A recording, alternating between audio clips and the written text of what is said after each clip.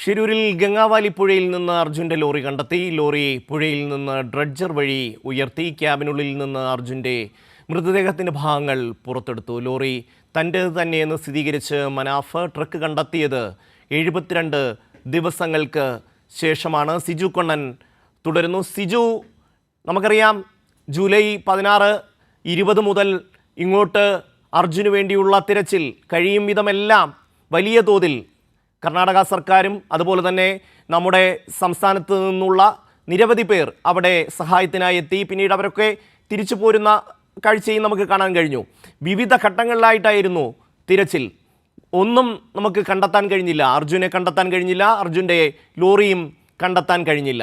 ആ ഒരു സാഹചര്യത്തിൽ ആ കുടുംബത്തിന് ആശ്വാസം നൽകാൻ സംസ്ഥാന സർക്കാർ എടുത്ത നിർണായകമായൊരു തീരുമാനമുണ്ട് സിജു. അതായത് കാണാതായ അർജുൻ്റെ ഭാര്യ കൃഷ്ണപ്രിയയ്ക്ക് ജോലി നൽകാനുള്ള തീരുമാനം. ആ പെൺകുട്ടിക്ക്, ആ യുവതിക്ക് സഹകരണ ബാങ്കിൽ ജോലി നൽകി. സെപ്റ്റംബർ മാസം 1-ാം തീയതി ആ കുട്ടി ജോലിക്ക് കയറിയെന്നാണ് ഞാൻ മനസ്സിലാക്കുന്നത്. വളരെ വളരെ കരുണാർദ്രമായ ഒരു പ്രവർത്തനം സംസ്ഥാന സർക്കാരിൻ്റെ ഭാഗത്തു നിന്ന് ഉണ്ടാകുകയാണ് ആ കുടുംബത്തെ സഹായിക്കാൻ. സിജു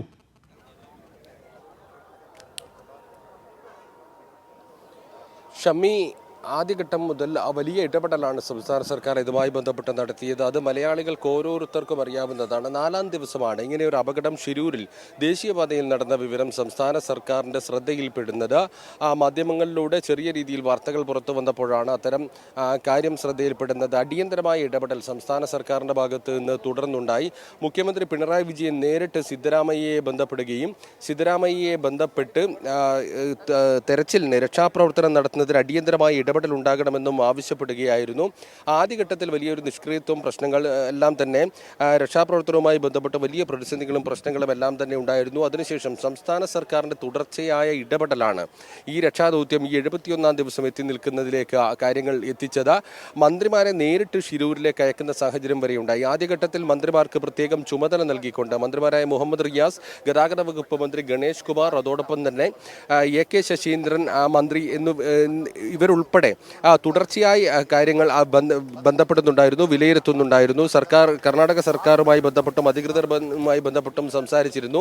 ഒരു ഘട്ടത്തിൽ ഈ രക്ഷാപ്രവർത്തനം തെരച്ചിൽ തടസ്സപ്പെടുമെന്ന ഘട്ടം വന്നപ്പോൾ മന്ത്രി മുഹമ്മദ് റിയാസും AK ശശീന്ദ്രനും നേരിട്ട് ഷിരൂരിലേക്ക് എത്തുന്ന ഒരു സാഹചര്യമുണ്ടായി. അവിടെ എത്തുന്നതിന് പുറമെ ഓരോ മണ്ഡലത്തിൽ നിന്നുള്ള ജനപ്രതിനിധികളെ ഘട്ടം ഘട്ടമായി ഈ പ്രവർത്തനങ്ങൾ വിലയിരുത്തുന്നതിനും ആവശ്യമായ സഹായം കുടുംബത്തിനും എല്ലാം നൽകുന്നതിന് വേണ്ടി ഷിരൂരിലേക്ക് അയക്കുകയായിരുന്നു. മാറി മാറി MLA മാർ എത്തിച്ചു. സച്ചിൻ ദേവ് MLA, അതോടൊപ്പം Lindo Joseph MLA, M Vijin MLA, M Rajagopalan MLA, മഞ്ചേശ്വരത്ത് ഉള്ള ഏറ്റവും അതിർത്തിയിലുള്ള മഞ്ചേശ്വരത്തുള്ള AK അഷ്റഫ് MLA ഉൾപ്പെടെയുള്ള ആളുകളെല്ലാം തന്നെ ഓരോ ഘട്ടത്തിലും ഇവിടെ എത്തി നേരിട്ട് കാര്യങ്ങൾ വിലയിരുത്തുകയായിരുന്നു. അതിൻ്റെ തെരച്ചിലിൻ്റെ പുരോഗതികൾ വിലയിരുത്തുകയായിരുന്നു.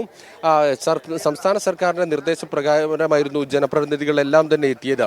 3 ഘട്ടങ്ങളിലായാണ് ഈ തെരച്ചിൽ നടന്നത്. ആദ്യഘട്ടത്തിൽ ഈ വിവരം അറിഞ്ഞതിന് പിന്നാലെ തന്നെ കേരളത്തിൽ നിന്നുള്ള സംസ്ഥാന സർക്കാർ ഇടപെടുകയും തുടർന്ന് കേരളത്തിൽ നിന്നുള്ള മാധ്യമങ്ങൾ ഉച്ചയ്ക്ക് ശേഷം ഇവിടെ ഷിരൂരിലെത്തുകയും ചെയ്തു. തുടർന്ന് നിരന്തരമായി ഈ വാർത്തകൾ നൽകിയതിന് പിന്നാലെ സൈന്യത്തിൻ്റെ ഉൾപ്പെടെ സേവനം തേടുന്നതിലേക്ക് കാര്യങ്ങൾ എത്തിച്ചു. നാവികസേന സ്ഥലത്തെത്തുന്നതിലേക്ക് കാര്യങ്ങൾ എത്തിച്ചു. അതോടൊപ്പം തന്നെ SDRF, NDRF സംഘങ്ങളെത്തി. റിട്ടയർഡ് മേജർ ജനറൽ ഇന്ദ്രബാലിൻ്റെ നേതൃത്വത്തിലുള്ള പ്രത്യേക സംഘത്തിൻ്റെ സഹായം തേടി. അവർ ഐബോർഡ് ഡ്രോൺ സംവിധാനം ഉൾപ്പെടെ ഉപയോഗിച്ചുകൊണ്ടുള്ള പരിശോധനകൾ നടത്തി. നാവികസേനയും വിവിധ സാങ്കേതിക വിദ്യകൾ ഉപയോഗിച്ചുകൊണ്ടുള്ള പരിശോധന നടത്തി.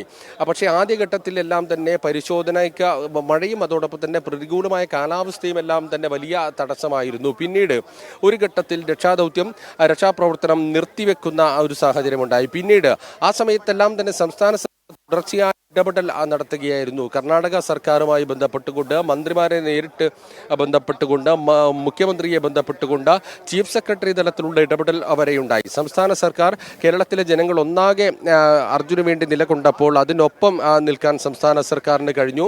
2-ാം ഘട്ട രക്ഷാദൗത്യം വീണ്ടും ആരംഭിച്ചു. 2-ാം ഘട്ട രക്ഷാദൗത്യം ആരംഭിച്ച് തുടർച്ചയായ പരിശോധനകൾ നടത്തി. ുള്ള വിവരങ്ങൾ ഉണ്ടായിരുന്നില്ല. അർജുൻ ഓടിച്ചിരുന്ന ട്രക്ക് എവിടെ എന്നുൾപ്പെടെയുള്ള വിവരങ്ങൾ ഉണ്ടായിരുന്നില്ല.